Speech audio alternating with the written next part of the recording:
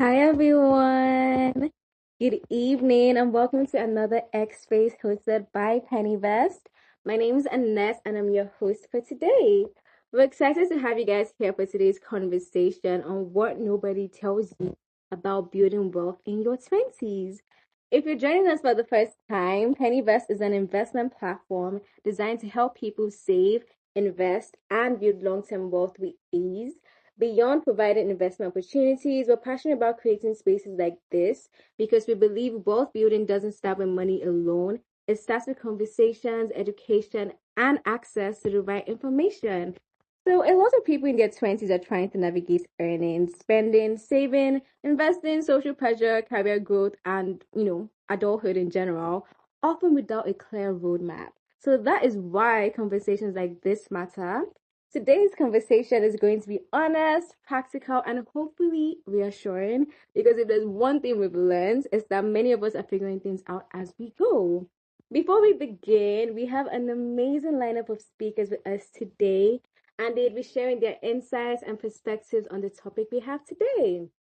Firstly is Amara. Amara is a culture commentator, digital storyteller, and host of Next Door Conversations, which is a social commentary podcast unpacking trending news and viral content shaping modern Nigerian life. Through bold opinions, humor, and sharp cultural analysis, she explores the intersection of pop culture, politics, relationships, social media, and the ever evolving realities of being a Gen Z. Her work creates space for young Nigerians to think critically, challenge assumptions, and engage with the conversations driving culture on and offline. Thank you so much, Amara, for being here with us today. Secondly, we have Joseph Ukewu. I hope I got that right. Joseph is a product manager and customer experience professional, a crypto investor, AI enthusiast, and game analyst. He's currently expanding his expertise in cloud computing and DevOps while driving innovation through technology and digital solutions. Thank you so much, Joseph, for being here with us today as well. Lastly, but not the least, is Idara Peniel. Dara is a certified model, actress, filmmaker, beauty creator, and influencer with a passion for storytelling and creative expression. As an actor, she has featured in various productions, consistently bringing professionalism and talent to every single role. Beyond acting, she creates beauty and lifestyle content that educates, inspires, and connects with our audience while helping brands tell compelling stories through creative campaigns. Idara is passionate about growth and is always eager to take on meaningful projects where she can express her creativity, talent, and bring ideas to life. Thank you, Idara, for being here with us today. Thank you so much to our speakers. We cannot wait to hear your professional insights and experiences. So let's dive right into the questions. So I'm going to ask you, Amara, when you were younger, what did you think being wealthy in your 20s would look like? Hi everyone. Hi. Thank you so much to Pennyvest for creating this platform. I want to start from there. So to answer your question, growing up when I was younger, I think being wealthy in my twenties looked like being financially independent, not having to just being my own boss, doing my own thing, not necessarily like super wealthy in the sense of like being a billionaire or whatever, but just being independent, having my own place, having a car, like being able to afford life without being dependent on my parents. And I think for the most part, I thought it would be possible. I still think it is possible, but yeah, things are definitely changing. Fair enough, fair enough. It's definitely still possible. Joseph, what do you think? Like, what's your take on that question? What do you think being wealthy in your 20s would or should look like? All right, thank you very much. As a teenager, what looked like expensive cars, in my 20s, I believe one should have expensive cars, designer clothes, vacations, and a life free from financial worries. Okay, what means something different? Maybe financial security and, you have investment here and there and all of that. So that's what wealth means to me in 20s. Thank you very much.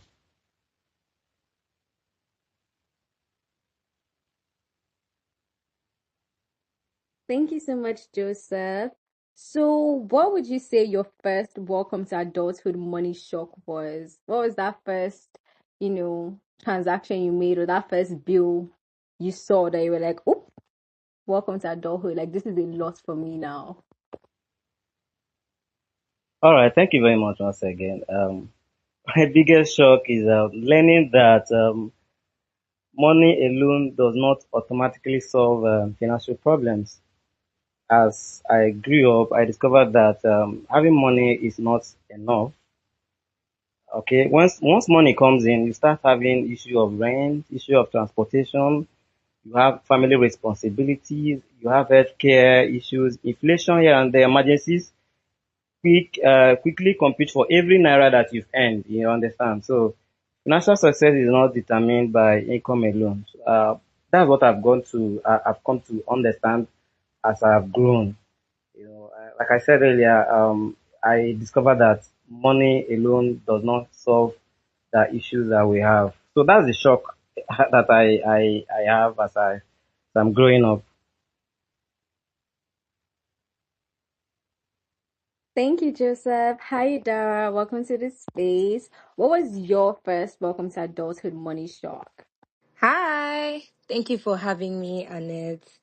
I think my first welcome to adulthood money shock was basically understanding how expensive some basic necessities were. Like how much maybe the cost of food, maybe the cost of like just household items that you probably have to get for yourself, or maybe just investing in yourself, maybe getting some courses, reading some books, like just some random things that I did not think were as expensive, but I would consider my welcome to adulthood money shock. So yeah, I just had the contrast of spending money freely, knowing how expensive some things are. You just have to be conscious and manage like responsibilities. So yeah.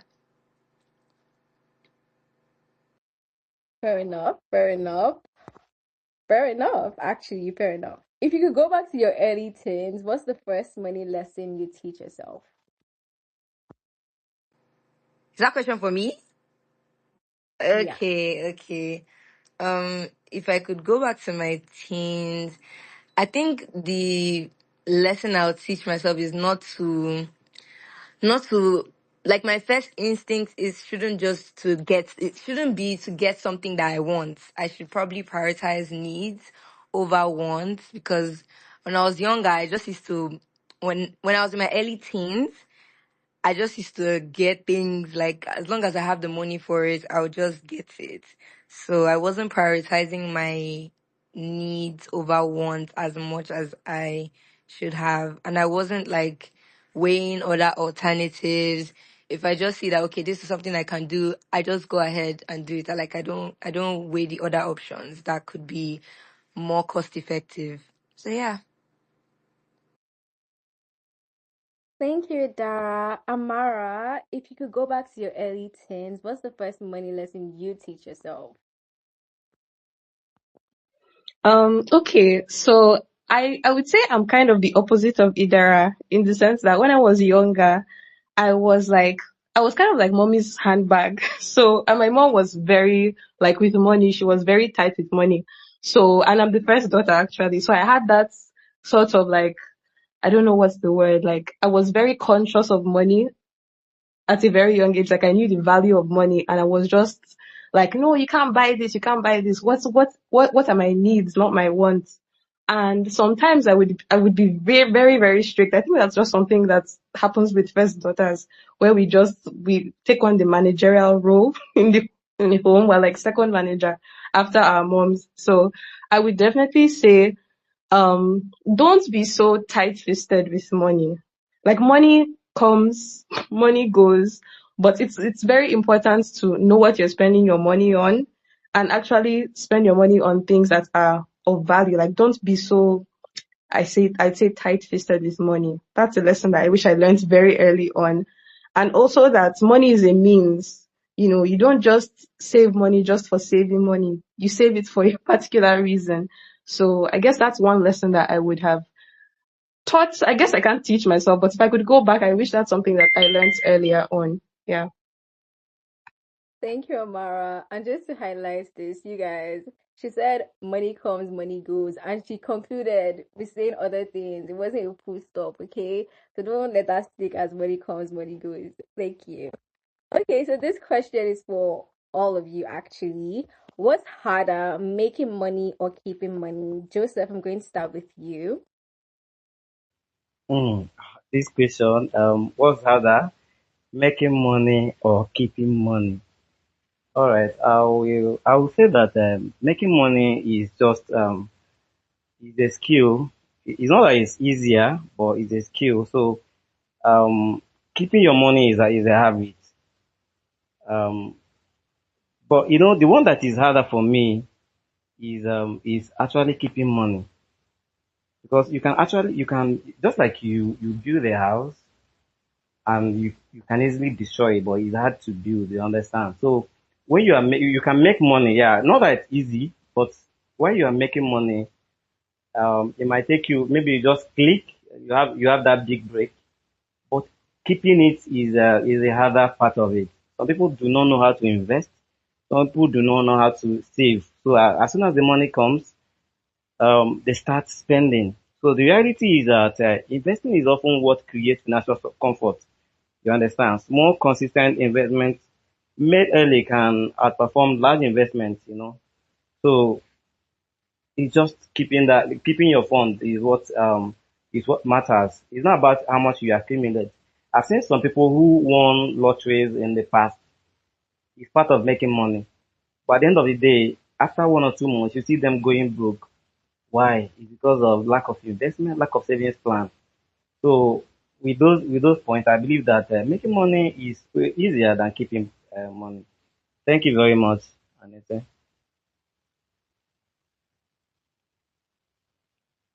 Thank you, Joe. Ida, what do you think your opinion is on that? Do you agree with Joseph? What do you think is harder, making money or keeping money?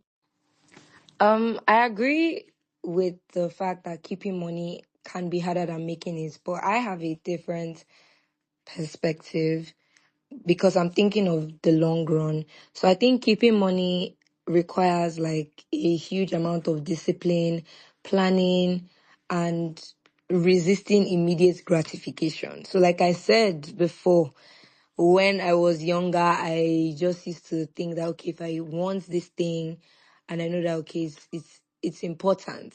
It's a want still, but it's important. I just used to get it. But yeah, making money is quite straightforward for me with the skills I have and the opportunities that come my way by the grace of God. But yeah, I believe keeping money can be harder than making it for me. Thank you, Dara. Amara, what's your opinion on the question? Okay, so I'll start off by prefacing with the fact that both of them are hard. Like in the current landscape, in the current economy that we're existing, both making money and keeping money is hard. It's really, really hard. But I would say keeping money it's much harder because right now, I mean, there are so many things that the average Nigerian pays out of pocket, whether we're talking about healthcare or even like so many things with electricity. There are so many bills that it's becoming impossible, almost impossible for you to, even create an emergency fund or even just creating something to save. It's getting definitely harder to keep the money than it is to actually even make the money. You see so many people going into debt, a lot of young people finding themselves in really hard situations just because like you're just taking and taking and taking. So I would definitely say keeping money is harder. It's not impossible, but it's definitely harder right now. Thank you, Amara. I definitely agree with Amara. Keeping money. Hmm. No, actually. I don't know. It depends. In my opinion, it really depends. It really, really depends. And it varies for most people. But yeah, I think keeping money has to do with principles and yeah, just principles. Like if you know if you're disciplined and you know how to manage money, I think it's going to be easy for you to keep money. But making money in general might not be the easiest thing, if we're being honest. So I'd actually stick with, making money being the harder thing. So yeah, what's more important in your 20s, increasing your income or improving your financial habits? This is a very tricky question. Joseph, please can you answer that? Okay, you're asking what is more important, increasing your income or can you Yeah, repeat the last part? or yeah, what's more important, increasing your income or improving your financial habits? Okay, in as much as it sounds somehow difficult, but is an easy answer for me because you can give a reckless person money. I mean, someone that is financially reckless, and the person can't keep it. So all matters is just uh, prudence, on how you handle funds. So it's all about your habits. Like I stated earlier, someone who has won money from somewhere doesn't know the importance of money. At the end of the day, he can just spend it on frivolities. So spending habit is, I always tell people, even while I talk to maybe younger ones, I always tell them, in as much as you are learning things in school now, you also learn about money. People are not being taught about financial literacy. Again, how you handle money, what the importance of money. I've read books about money. I've read books. I've touched money. I can see from both sides. In fact, there was a time when I was in school when money was just coming in. At the end of the day, we just go to club, you just go to spend the money anyhow. At the end of the day, you just go back to square one. So money comes in. At the end of the day, you don't know how to spend it. You keep, I don't want to use this word. There are some persons, okay, in our society now. Most of them, what will I call them, internet fraudsters. But they make money. At the end of the day, you see them after 1 or 2 months, they go back to square one. Why? Because of lack of financial habits. So that is the most important thing for me. Learning about financial literacy, learning how to handle money. That's a story I want to tell. While growing up, of course, my parents inculcated in us the act of saving money. Each money that comes in, that at that time we saved. So at the end of the day, when the money came, I think all of us divided the money. My own, what did I use my own to do?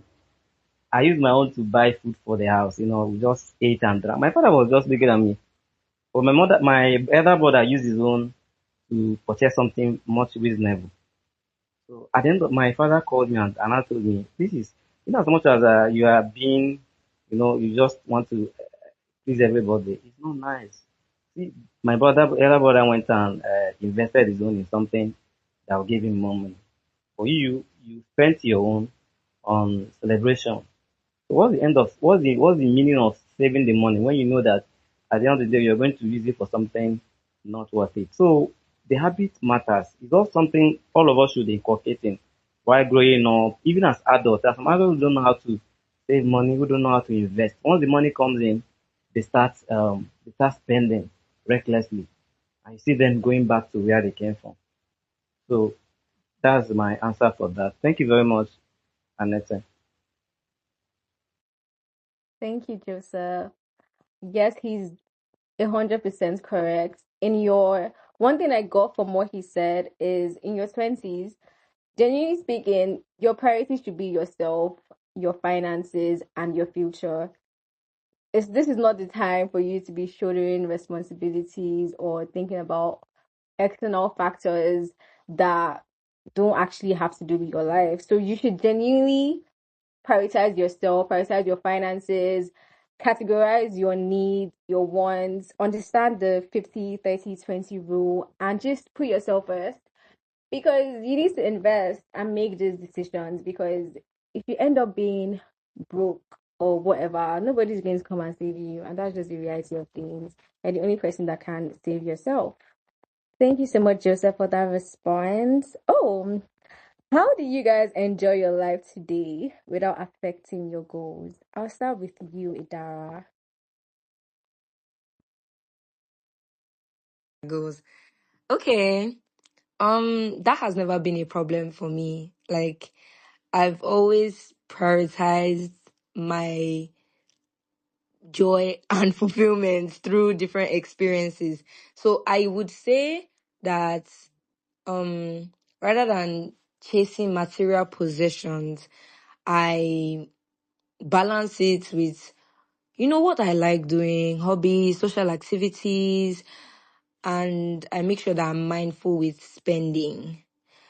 And if I know that I have something coming up, I would prioritize like the savings I have towards that goal or towards that plan in the future. So if I know that I'm working on a project and I need to save as much money for a short film that is self funded, I know I would not be prioritizing like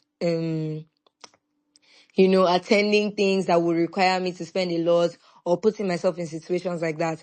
But I've never had a problem with like I've never had a problem with like money and it affecting what I want to enjoy in life. Like, no, I've always just, prioritized my own joy, my own happiness, but I still balance it with mindful spending. So, yeah. Thank you, Dara. So basically, mindful spending. Okay, noted. Amara, how do you enjoy life today without it affecting your goals? And you guys, please break it down. Give us the tips. Like, let us know. Like, some of us don't actually know how to balance. Please give us the tips. Thank you. Okay. Thank you for the question. Honestly, I feel that this is something that even till this day I am struggling with. Like I feel I'm the direct opposite. I struggle with actually enjoying life, because I'm so laser focused on, oh, I need to do this before I can do that. Oh, I need to achieve this before I can achieve that. And I feel like that's something that a lot of us in this age are really having to battle with. But I think it's just, I guess it's just that delayed gratification thing, that this idea that, okay, I need to wait until I've achieved certain things before I can enjoy my life, which is not good. It is not good. I'm here to say that it's not good. And it's something that I'm unlearning, bit by bit. So yeah, that's basically it. If I had the answers, I would share. I'm sorry. Thank you, Amara. Okay, so I'm going to give you guys this tea. I know someone who, she's very focused about her financial goals and her wants and needs for the year and everything. And then she's been struggling to balance this thing. She's been struggling to balance her social life with her work life. But then she told me that she made this decision that, you know what, at least once in, let's say, 2 or 3 months, she's going to make sure that she goes out, she has fun, or she just allocates money for, this particular thing. It could be traveling, it could be spending time with friends, etc. Because in as much as delayed gratification is important, which is like knowing, knowing that there's a time for everything. There has to be a time in your life, and your 20s is that time. If I'm being honest, your 20s is that time to sit down, go back to the drawing board, get your priorities straight, track your finances, track your spending, start investing. That's what your 20s is for. But then you should also remember that you're young, and then you're like filled with so much life, and you should also have fun. Just make sure to just put in your head that, okay, this 1 month or in 2 months I'm going to like be locked in, and then this the third month I'm going to like have fun and play and whatsoever. But it should never be, oh, for 12 months in a year I'm just going to do this, that, this, that, this, or for 12 months in a year I'm just going to save, save, save, save, save. Guys, no, like that's how you balance this and make sure you don't lose your minds in the process. Well, that's my own take. That's my tea. That's my take on that. So, Joseph, what's one career decision that helped your finances the most?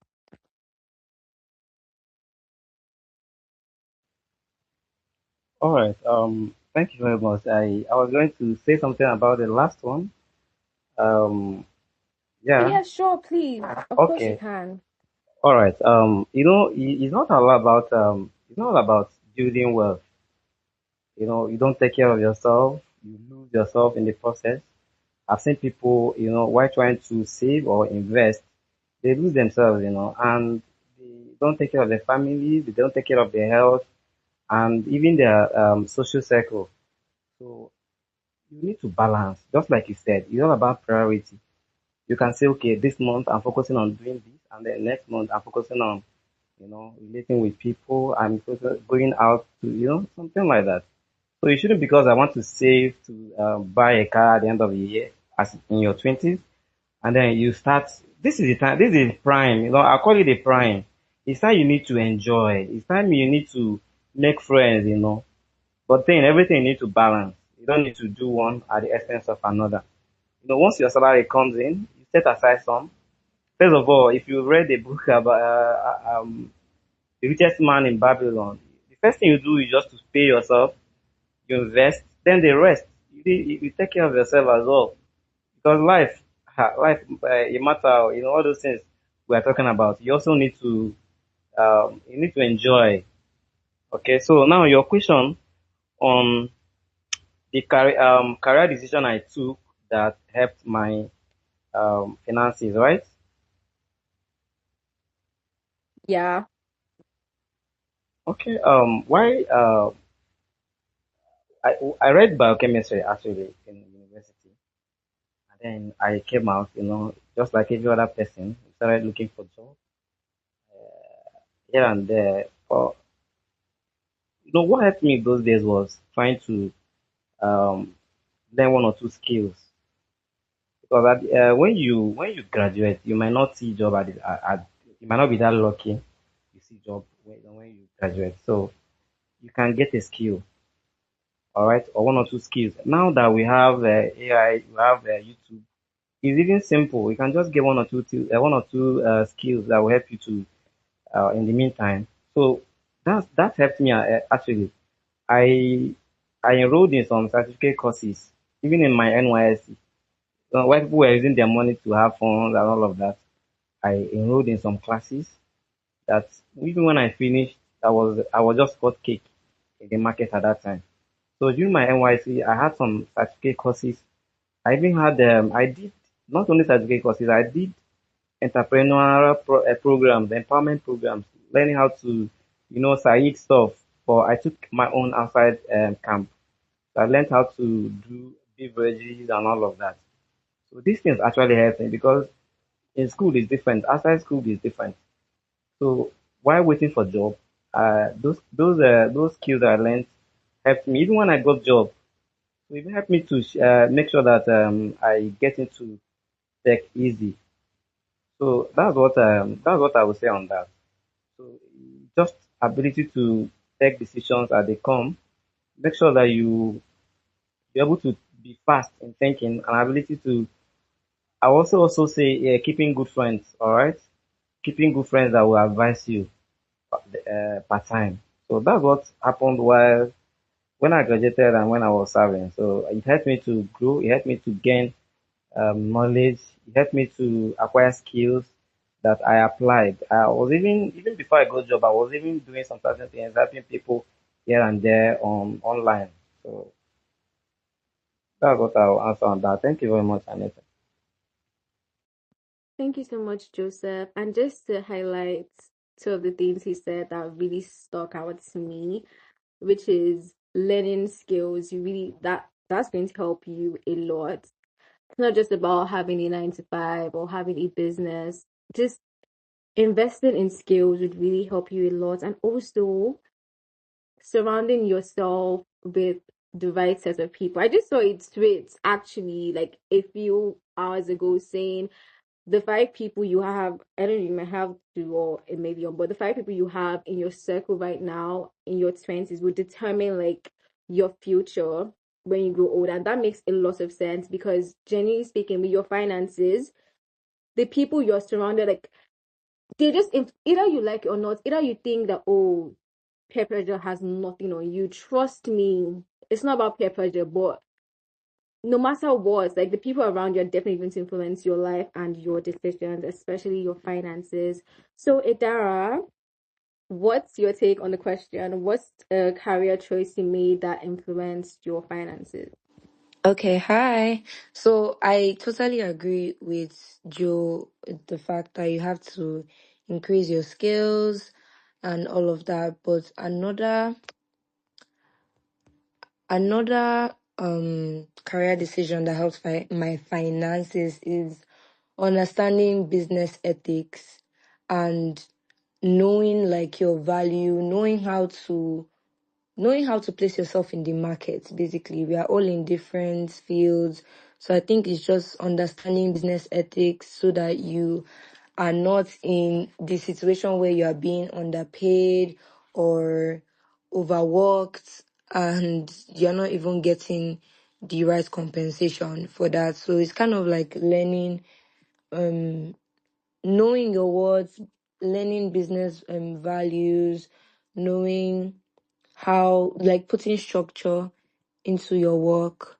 Yeah, so that led to an increased potential rather than just, accepting what you just get offered every other time. So, yeah. Thank you, Dara. Thank you so much. Hi, Amara. What's one career decision that helped your finances the most? Okay, so I think I would agree with what the two speakers have said. I would agree with Joe as well. When he was talking about, improving yourself um through like courses and different things, you putting your money into actually investing in your skill sets. If I were to add something else, I would definitely say, I don't know, there's a way we say it in my language, but you can't accept something with a closed fist. I guess that's what I'm trying to say. You can't accept something with a closed fist. And so sometimes you may feel like, no, I can't spend money. Like I have to manage what I have and use what I have to scale up. But sometimes it's actually wisdom to like invest what you have gotten in yourself to better yourself.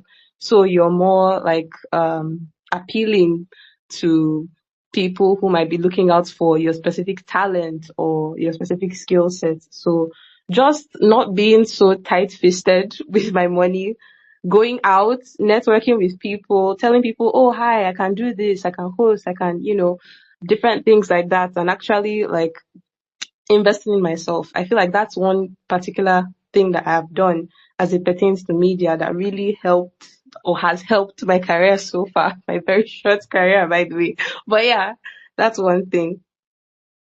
Thank you, Amara. Still on you. Do you think social media has made wealth building look easier than it actually is? It has, oh, it really has. Social media, oh, oh my God. Everyone is like, it's crazy. It's really crazy the way social media has impacted the way people even view, like, it just makes it seem so, I don't know, it makes it seem like if you don't have millions in your bank account as a 20 something, you're a failure. And I don't know, it's really affected so many of us in this generation. So definitely social media has played a role in like twisting or distorting our understanding of finances, so many things. Because I feel like we're seeing so many young people that are wealthy, that are wealthy, and we're not realizing that. I don't know. I don't know. I don't know. I don't know how to really put to words what I'm trying to say, but I hope you get what I'm saying. Definitely, I do get what you're saying. Okay, thank you, Amara. Joe, what's your take on that question? Thank you very much. Actually, just like Amara said, social media has actually, it's in two ways. It's in two ways. It's not a straight answer. Social media often showcases results while hiding the sacrifice behind them. It also highlights luxury, success, and milestones, but rarely shows discipline. It rarely shows setbacks. It rarely shows losses. The young guys of these days, you see that I just come online, I post my car, I post my house, It might not even be your house. Most times I've seen someone who just go to AI, put those things and then come online, post them. You just be worried where you are. You see people being pressured here and there. So it actually affects both negatively and positively. Of course, people have learned how to save money on social media, how to increase their funds and their wealth, So it's just a double-edged sword. But whatever is up to you. Life is all about giggle. That's garbage in, garbage out. So whatever you take is whatever that's the result you see is will just be the same. So building wealth is usually slow, is repetitive. So social media can actually help you in building your wealth. It can also help you to mine your life as well. So that's my answer. I wouldn't give straight answer. Like yes, it has, but it's just a double-edged sword. Thank you very much. Thank you, Joseph. Thank you, Idara. What's your opinion on that question as well? So, as a creator, I would even give a much more authentic, like, not even like, because I know how social media is and I know how things can seem like they are not really through what people put out on social media. I would say for a fact that social media has definitely affected the way, like, we're getting rich or building wealth is actually. So yes, people don't put out their their people don't put out the parts that are hard. People don't put out their losses. People don't talk about all of that. We only see the positive parts of it on social media. Social media has definitely made it look like building wealth is easier than it actually is. So because people only showcase their success without revealing, like, I mean, some people reveal their hard work, but it's never as deep as it actually is in reality. So it can create like unrealistic standards and expectations sometimes when you're not the one going through it.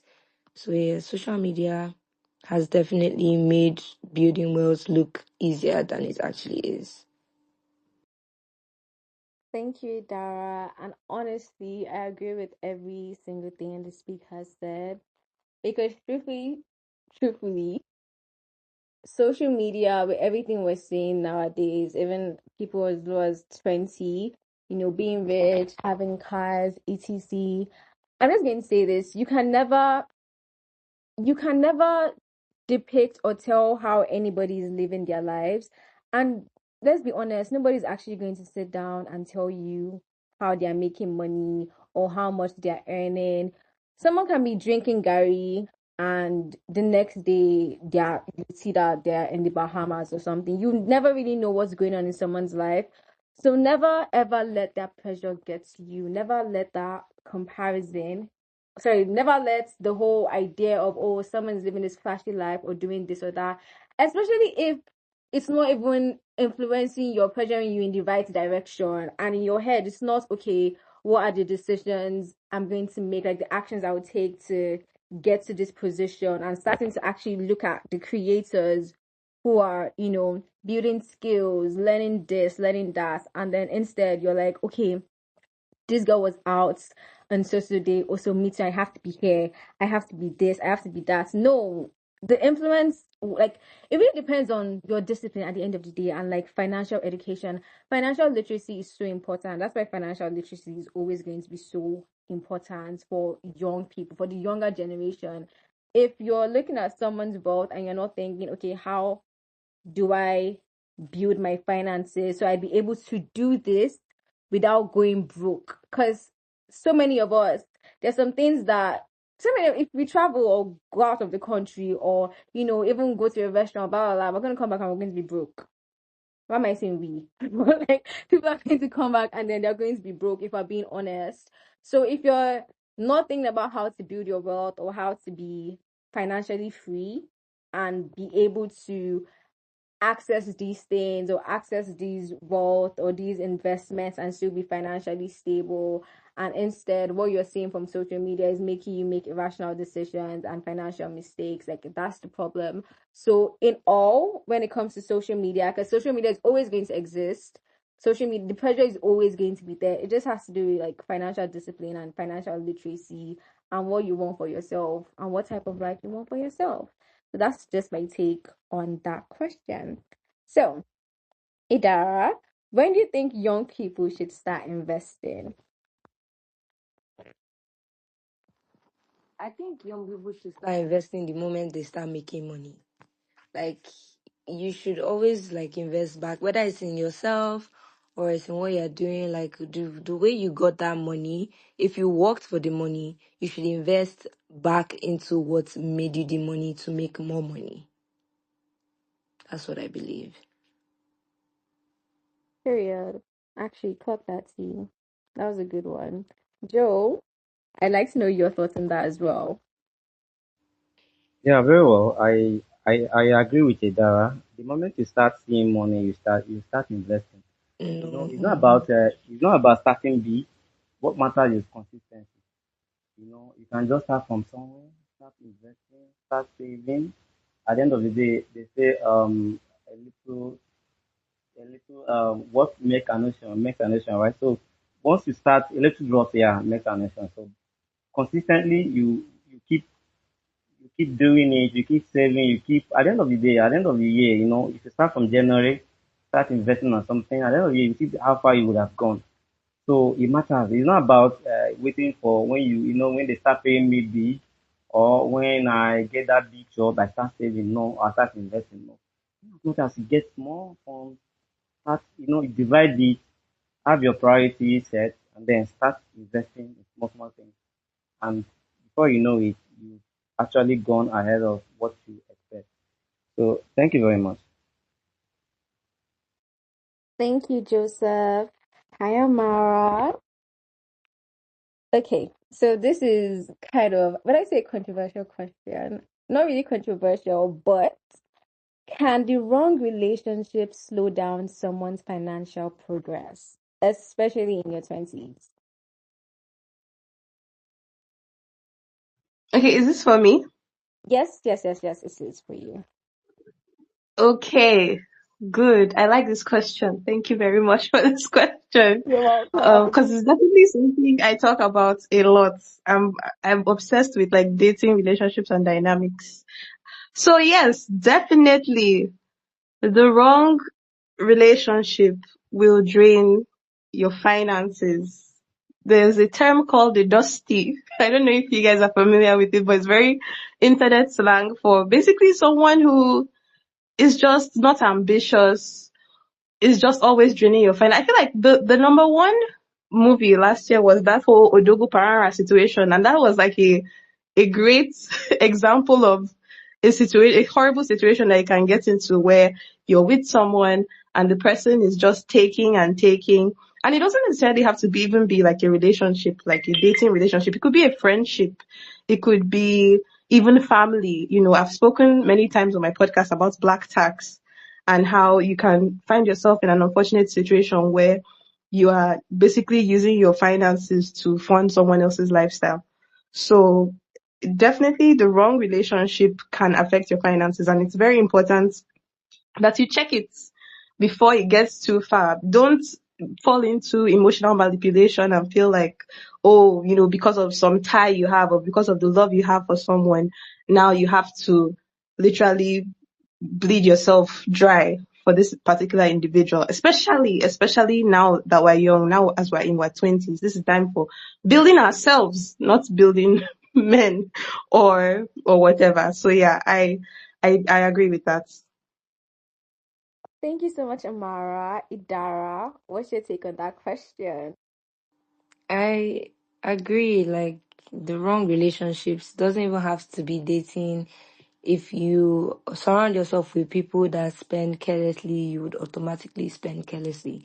If you surround yourself with people who are financially wise, you would also be financially wise. You just have to be conscious. Relationships affect like almost everything in a person's life. It affects your mindset, affects your finances, affects the decisions you make. So yeah, it does. I do agree with that. Thank you, Idara. Joe, what's your take on that question as well? Mm. What more can I say? They said it all. Even Bible says evil communication corrupts good manners. You understand? So your friendship, your relationship, just like Edara said, it's not about your your dating. It's not. It's about the environment that you have. Your friends in your twenties, they actually can make or mar you. All right, so you can start saving. You might okay. Assuming you start saving now, someone say, that this want to buy PS5. We need to buy it now. You just break and then go and buy it. So because you want to please your circle.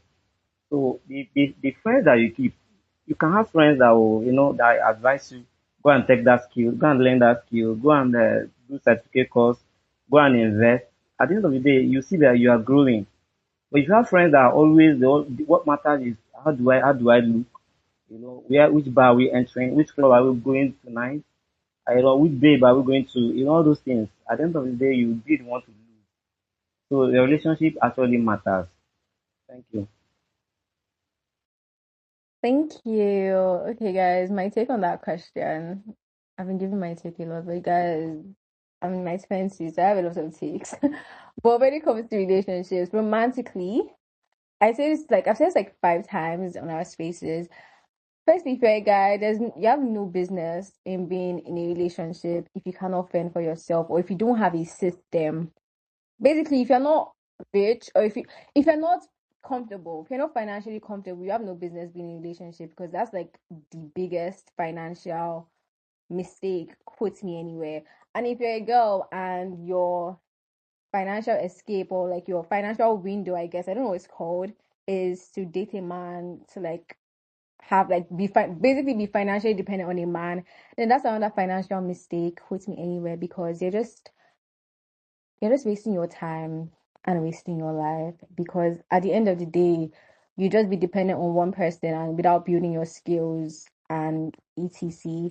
And when it comes to friendships and people you surround yourself with, like we already mentioned earlier, it is quite important to be surrounded with like-minded individuals, or at least if you have 5 friends, 3 of them should be grounding you. You could have friends for different reasons or friends for different occasions. Maybe you know that this one is like the fun friend, this one is the financially responsible friend, but do not surround yourself with people that are just going to drain you financially because that would also be a financial mistake. Thank you guys for your takes. Thank you guys so much for your takes. So now, what do you guys know now about money that you wish everyone in their 20s understood? I'm going to start with you, Amara.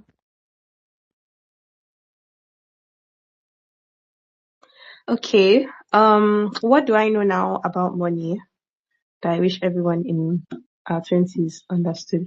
I think I would go back to what I said in the beginning of this session, which is that money is a tool. Money is a means to an end. We're not just making money to store up money. We're making money for a reason, whether that's, oh, you want to get better experiences, oh, you want to better your living situation, oh, you want to scale up, oh, you want to japa. We all have things that, we want our money to do for us. And so I feel like that's something that not a lot of people understand, especially young people. I feel like, wow, I don't know. Maybe I don't know what exactly the reason is, but definitely that's something that I would say a lot of people should learn. That money is a tool. That we're not just keeping money to save money. We're saving for a particular reason, which also brings us to the whole situation of how you can enjoy your money while you're on your financial journey that I am struggling with. But yeah, that's my answer. Thank you, Amara. Joe, what's your take on that question? What do you know now about money that you wish everyone in their 20s understood? Mm, Thank you very much. What I know now is that nobody actually owes you financial success, and nobody is going to save you. All right. So while growing up, you believe that your uncle that has money will help you while growing up, or when you finish school, he's going to give you a job, or he's going to give you money to start business. But now I believe that Oyo is your case in your twenties because you you are the one to build your future. So I've also come to know that there are no guarantee shortcuts in making money. Of course, you see people, like we already stated, posting their winnings online. They don't post their losses. They don't post the challenges. So there are no shortcuts.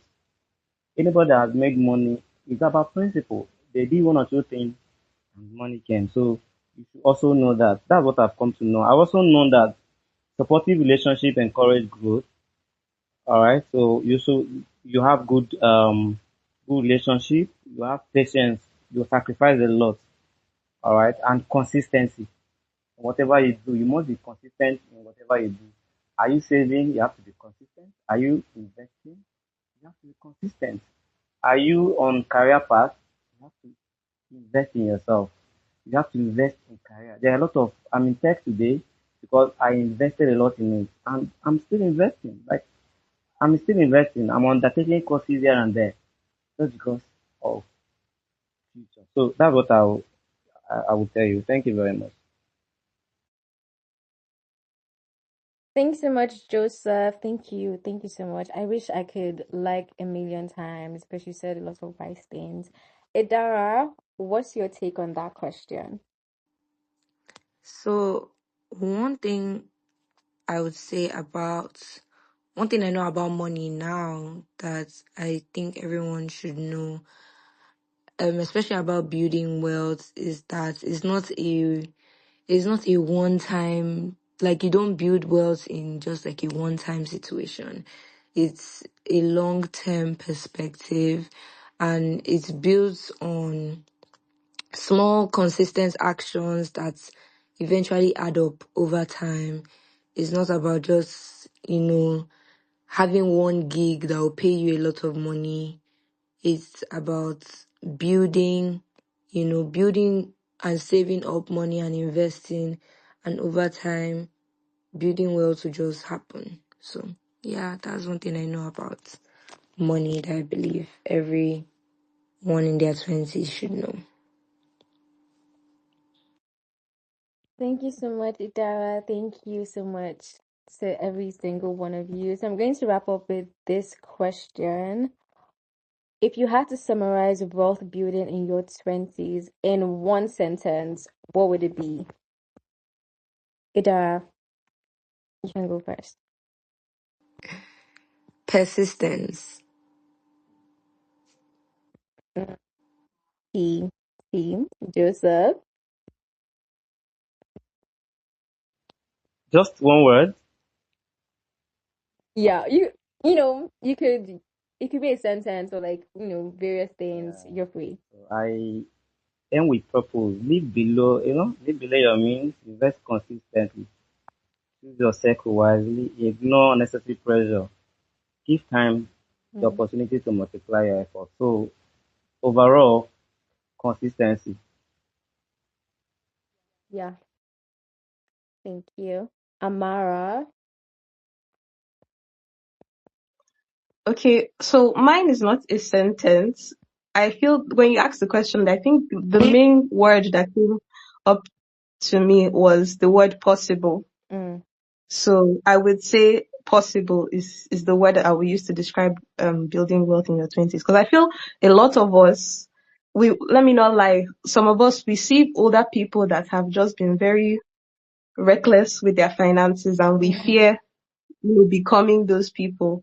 And some of us even believe that it's impossible, that we're just destined to always live paycheck to paycheck and not actually go beyond that. But I would say the one word is possible. It's definitely possible. Yeah.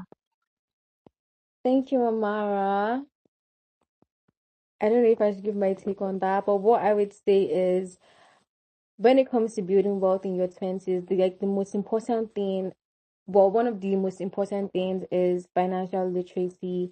I am begging, guys, educate yourself financially because there's so many things you're going to understand about the world, about wealth, about money once you start educating yourself financially. And it's just going to help with your decisions and your plans in life. Just do that. Just educate yourself financially. Hi Henry. I've been trying Stu, I don't know if it's your network or mine. I know you've been trying to speak, and I'm so sorry because it's still connecting, but we have to wrap up now. So thank you so much to all our speakers for sharing their experiences and insights today. Thank you so much, Amara. Thank you, Joe. Thank you, Idara. This was a very, very insightful and relatable conversation that I know a lot of people in their 20s would, learn from. And if there's one thing today that we've learned is that building wealth in your 20s isn't about earning millions overnight or, having everything figured out. It's about having the right information, building the right habits, staying consistent, and having access to the right tools to help you make financial decisions. And thankfully, you know, that's why Pennyvest exists, and that's why we're building Pennyvest. We know that young people don't just need another investment app, right? We have various investment apps. They need practical tools, accessible opportunities, and a platform that makes building wealth feel simpler and less intimidating. And that's why we're really excited about what we're currently working on. We're launching soon, very soon. And if you want early access to tools designed to help you save better, invest smarter, and grow your wealth with confidence in the simplest way possible, emphasis on simplest, make sure you join the wait list. The link is available on our profile, and we would love to have you be among the first people to experience what is coming. So, thank you once again to our speakers and to everybody who joined us tonight. This has been an amazing, amazing, amazing conversation and an insightful conversation. I wish we could have it some other time for real, because this was a really good conversation. So see you next time on our next session happening on the 9th of July. And remember, guys, the best time to start building wealth was yesterday, but the next best time is today. Thank you guys so much. Have a lovely evening. Have a lovely week. See you guys next time. Bye. Bye. Bye. Bye bye.